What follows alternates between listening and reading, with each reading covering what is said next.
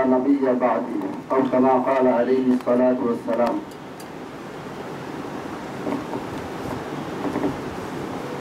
আজকের কর্মশালা সম্মানিত সভাপতি, উপস্থিত আমার দূর দূরান্ত থেকে আগত এলএম পিপাসু ছাত্র ভাইরা,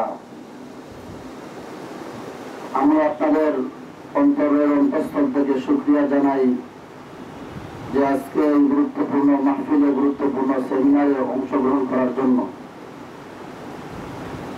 এই ধরনের সেমিনার, কর্মশালা আমি মনে করি বছরে একবার একটা কোর্স হিসাবে করার দরকার। যেমন ভাবে দারুল উলুম দেওবন্দের মধ্যে বছর শেষে 3 দিনের একটা ক্যাম্প হয়, সেই ক্যাম্পের মধ্যে সবাই একসুর হয়ে মনোযোগের সাথে এই খতমে নবুয়তের উপর 3 দিনের ক্যাম্প হয়। সেখানে হযরত মাওলানা শাহ আলম গৌরবপুরী দামাত বারকাতুহুল আলিয়া আরো অন্যান্য আসাতিজায়ে কেরাম দিনব্যাপী এইভাবে তারা লেকচার দিতে থাকেন, বক্তব্য দিতে থাকেন এই বিষয়ের উপর। আজকের যে উদ্যোগ খুব গুরুত্বপূর্ণ এবং মহৎ। আল্লাহ তাআলা যেন আমাদের সবাইকে উক্ত সভা থেকে, সেমিনার থেকে, কর্মশালা থেকে উপকৃত হওয়ার তৌফিক দান করেন। আসলে আল্লাহ তাআলা আমাদেরকে যে সময়ে, যে জমানায় আমাদেরকে প্রেরণ করেছেন, পাঠিয়েছেন, আসলে খুব কঠিন জমানা এবং ফিতনার জমানা, অন্ধকারের জমানা, আখেরি জমানা, শেষ জমানা। মানে এমন এক সময় আমরা উপনীত হয়েছি যে সময় ঈমান নিয়ে বেঁচে থাকা এত কঠিন, এত কঠিন, যেভাবে জ্বলন্ত কয়লা হাতে রাখা কঠিন। ঘরে ঘরে ফিতনা, শহরে বন্দরে ফিতনা, গ্রামে গঞ্জে ফিতনা, কোনটা সঠিক, কোনটা সঠিক, কোনটা হক, কোনটা না হক বোঝা বড় দায় হয়ে গেছে, কঠিন হয়ে গেছে। আমাদের অনেক উলামাদের মধ্যে কোনটা সঠিক, কোনটা বেঠিক, কোনটা জায়েজ, কোনটা না জায়েজ সে নির্ণয় করতে পারতেছে না। আখেরি জমানা, এমন জমানায় আমরা উপনীত হয়েছি জাহেল মূর্খদেরকে বড় বড় মুফতি বানিয়ে দেওয়া হচ্ছে।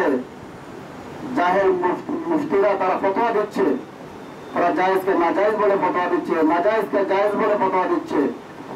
এই করুণ মুহূর্তে আমরা উপনীত হয়েছি, যে মুহূর্তে আমাদেরকে চিনতে হবে, জানতে হবে, বুঝতে হবে, সঠিকতার উপর আমল করতে হবে। যদি আমরা সঠিকতার উপর আমল না করতে পারি তাহলে আমরা বিপথগামী হয়ে যাব। যদি সঠিকটা জেনে আমরা আমল করতে পারি তাহলে হেদায়েতের উপর থাকবো, আর যদি আমল না করতে পারি তাহলে আমরা বিপদে চলে যাব, পথভ্রষ্ট হয়ে যাব। রাসূলুল্লাহ সাল্লাল্লাহু আলাইহি ওয়াসাল্লাম বলেছেন, তারাকতু ফীকুম আমরাইন লাম তাদিল্লু মা তামাসসাকতুম বিহিমা কিতাবাল্লাহি ওয়া সুন্নাত রাসূলি। হে উম্মত, আমি তোমাদের নিকট দুটি জিনিস রেখে গেলাম।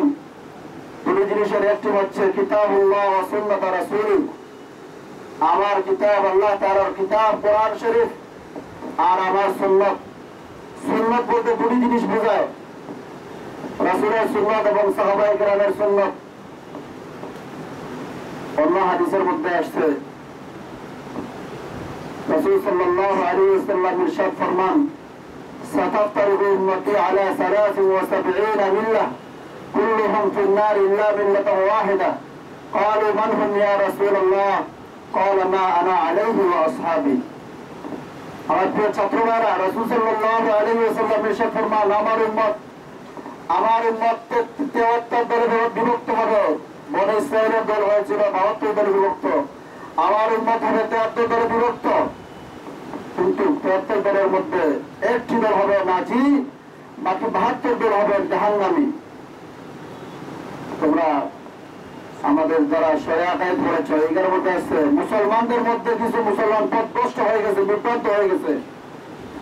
এই মুসলমানদের মধ্যে যারা বিভ্রান্ত হয়ে গেছে, এর মধ্যে কেউ আছে ইসলামের ঈমানের দায়রার ভিতরে আছে, আবার কেউ আছে ঈমানের দুইটা দায়রা। আমাদের উস্তাদ হযরতুল উস্তাদ মুফতি সাঈদ আহমদ পালন করে নওয়ারাল্লাহু মারতাদাহু আমাদেরকে বলেছিলেন দর্শের মধ্যে, ঈমানের দুইটা সীমারেখা, বড় সীমারেখা, ছোট সীমারেখা। যে ব্যক্তি ঈমানের বড় সীমারেখা থেকে বের হয়ে যায়, ঈমানের বড় দায়রা থেকে বের হয়ে যায়, সে মুসলমান থাকে না।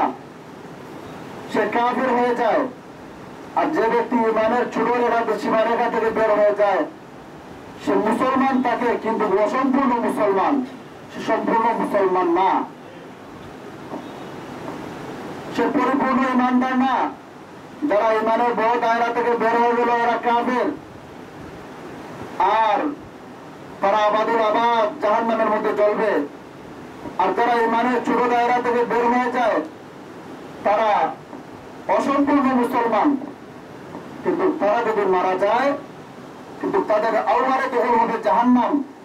তারা এই গুনাহ করার কারণে, পাপাচারী করার কারণে আল্লাহ তাআলার পক্ষ থেকে যতদিন শাস্তি হয় ততদিন শাস্তি ভোগ করার পরে এরপরে তারা জান্নাতে প্রবেশ করবে। মুহাদ্দিসিনে কেরাম বলেন যারা ইমানের ছোট দায়রা থেকে বের হয়ে যায় তারা আওয়ারে দখল, তাদের জাহান্নাম হবে, তারা মুসলমান থাকবে, কিন্তু মুসলমান হইল অসম্পূর্ণ মুসলমান, পরিপূর্ণ ইমানদার নয়। ইমানের দুইটা দায়রা, বড় দায়রা ছোট দায়রা। মুসলমানদের মধ্যে কেউ আছে, মুসলমানদের মধ্যে কিছু ফেরাকে বাতিলা ওই দিন ৭৩ দলে বিভক্ত হবে। ৭৩ দলের মধ্যে কিছু ৭২ দলের মধ্যে কিছু আছে ইমানের বড় দায়রা থেকে বের হয়ে গেছে, আবার কিছু আছে ইমানের ছোট দায়রা থেকে বের হয়ে গেছে। আর একটা আছে তারা পরিপূর্ণ ইমানদার, যারা বড় দায়রা থেকে বের হয়ে গেছে ওরা কাফের, আর যারা ছোট দায়রা থেকে বের হয়ে গেছে ওরা ফাসিক ফুজ্জার, ওরা পথভ্রষ্ট গুমরাহ। আর যারা পরিপূর্ণ ইমানদার তাদেরকে বলা হয় আহলুস সুন্নাত ওয়াল জামাত। তারা মারা যাওয়ার পরে তারা দখল হবে জান্নাত, তারাই হবে নাজি। সাহাবায়ে কেরামের সামনে যখন আল্লাহ রাসূল সাল্লাল্লাহু আলাইহি ওয়াসাল্লাম এই হাদিস বর্ণনা করেন, সাদাফতারিহু উম্মতি আলা 73 মিল্লাহ কুল্লুহুম ফিন নার ইল্লা মিল্লাতান ওয়াহিদা। ক্বালা মান হুম ইয়া রাসূলুল্লাহ? ক্বালা মা আনা আলাইহি ওয়া আসহাবি। রাসূল সাল্লাল্লাহু আলাইহি ওয়াসাল্লাম বললেন আমার উম্মত ৭৩ দলে বিভক্ত হবে, আর ৭২ দল যাবে জাহান্নামে আর এক দল যাবে জান্নাতে। সাহাবায়ে কেরাম রিজওয়ানুল্লাহি আলাইহিম জিজ্ঞাসা করলেন ইয়া রাসূলুল্লাহ, একটা দল যাবে জান্নাতে, এই দলের নামটা কি, ওদের পরিচয় কি, ওদের নিশানা কি, ওই দল কারা? যারা জান্নাতে যাবে এরাই নাজি, এরা মুক্তি পাবে। আল্লাহ রাসূল সাল্লাল্লাহু আলাইহি ওয়াসাল্লাম বলেন মা আনা আলাইহি ওয়া আসহাবি। যারা আমার রেখে যাওয়া সুন্নাত এবং আমার সাহাবায়ে কেরামের সুন্নতের উপর, সাহাবায়ে কেরামের আদর্শের উপর তারা অবিচল থাকবে, চলবে, তারাই হবে নাজি। আর এদেরকে বলা হয় আহলুস সুন্নাত ওয়াল জামাত। তাদেরকে কি বলা হয়? আহলুস সুন্নাত ওয়াল জামাত। যারা আহলুস সুন্নাত ওয়াল জামাতের মতাদর্শ হবে, যারা আহলুস সুন্নাত ওয়াল জামাতের দলের অন্তর্ভুক্ত থাকবে তারাই হবে নাজি। আর যারা আহলুস সুন্নাত ওয়াল জামাতের দল থেকে বের হয়ে যাবে তারাই হবে পথভ্রষ্ট গুমরাহ। যারা আহলুস সুন্নাত ওয়াল জামাতের দল থেকে বের হয়ে যায় তারা দুই ভাগে বিভক্ত, হয়তো তারা একেবারে ইসলামের দায়রা থেকে বের হয়ে যাবে, না হয়তো ইসলামের আংশিক দায়রা থেকে বের হয়ে যাবে। যদি ইসলামের পরিপূর্ণ দায়রা থেকে, পুরোপুরি দায়রা থেকে বের হয়ে যায়, সীমারেখা থেকে বের হয়ে যায়, তারা মুসলমান থাকে না, তারা হয়ে যায় কাফের। তারা হয়ে যায় কি? তার উদাহরণ হচ্ছে কাদিয়ানি।